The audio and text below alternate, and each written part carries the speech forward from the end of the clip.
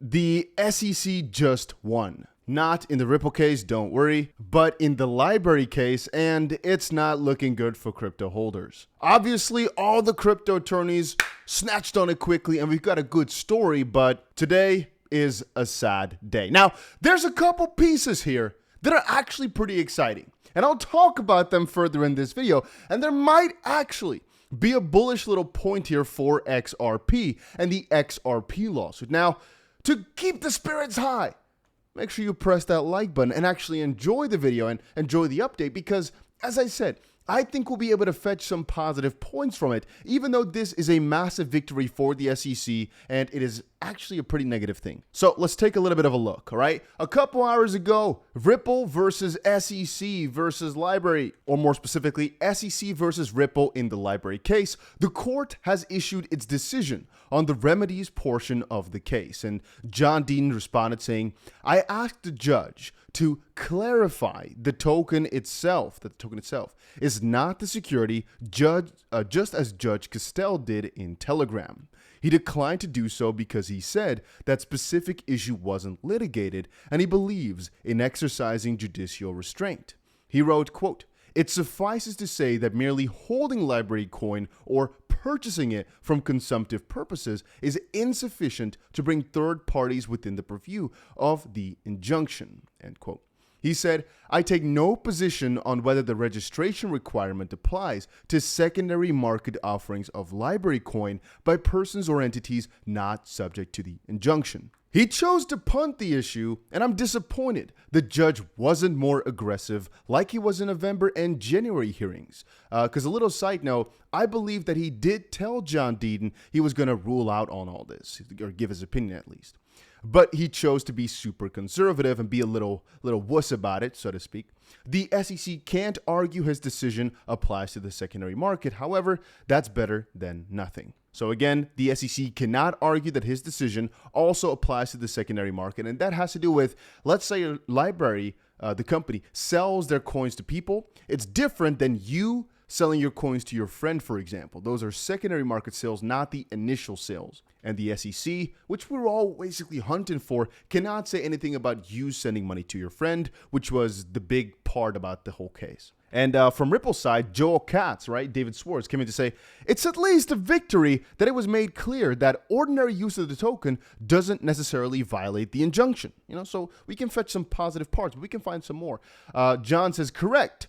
Also, although the judge wouldn't say the token itself is not the security, he said his order doesn't apply to secondary sales because he takes no position, and by recognizing there is valid consumptive purposes to purchase the token, it triggers the Foreman case, which says security laws do not apply to assets acquired for consumptive use. Thus, the SEC wouldn't have jurisdiction.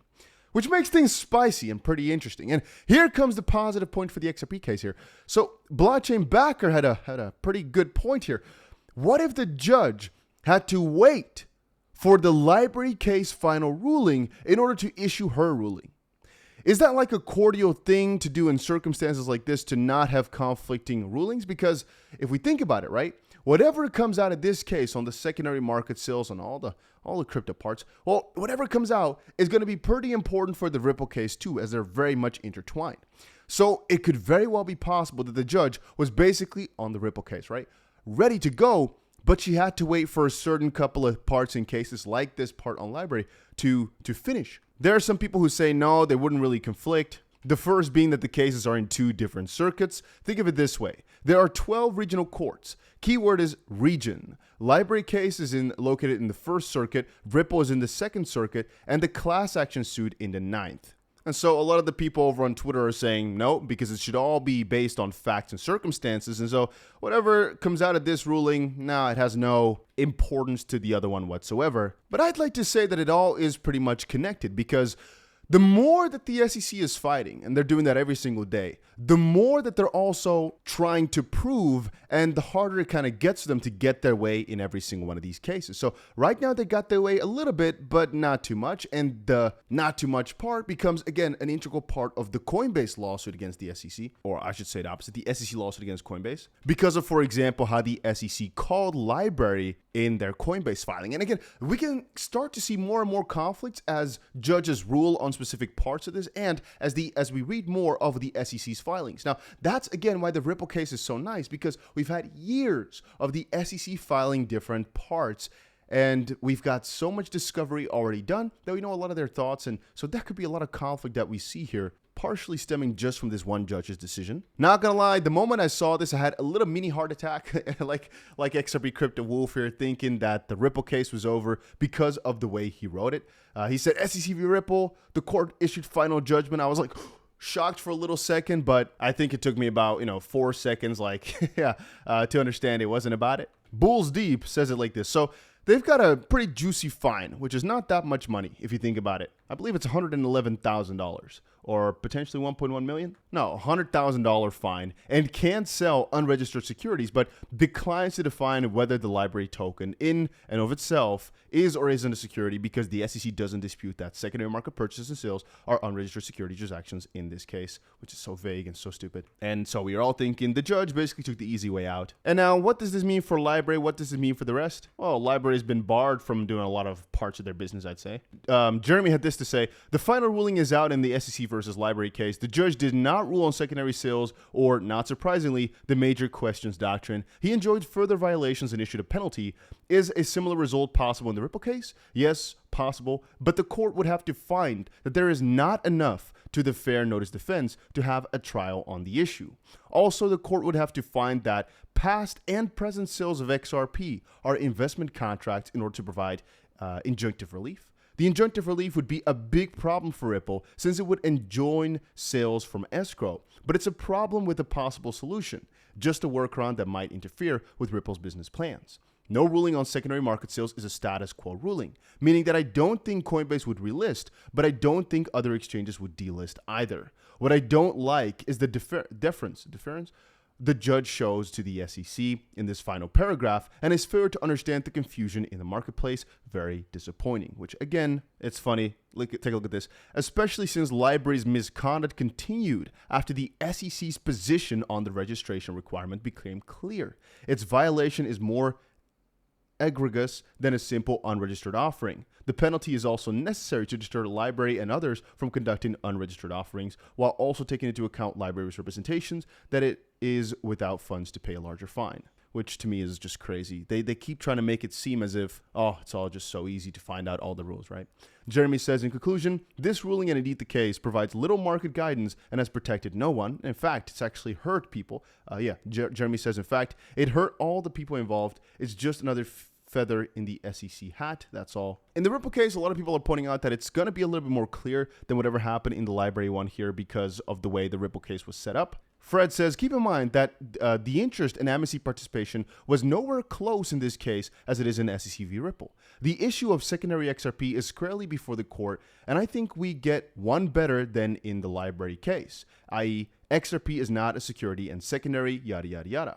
So somebody asked, the LBRY judge said the specific issue wasn't litigated and he believes in exercising judicial restraint. Was the specific issue litigated in the Ripple case? Or is there an opening for the judge to give the same judgment and take the easy way out? First of all, I don't think that Judge Torres is going to take the easy way out because she understands just how important this is for the couple 100,000 people watching and 75,000 people that have joined the case. Fred says Judge Torres has to address it as Ripple raised the issue in its second affirmative defense in its answer to the SEC's amended complaint.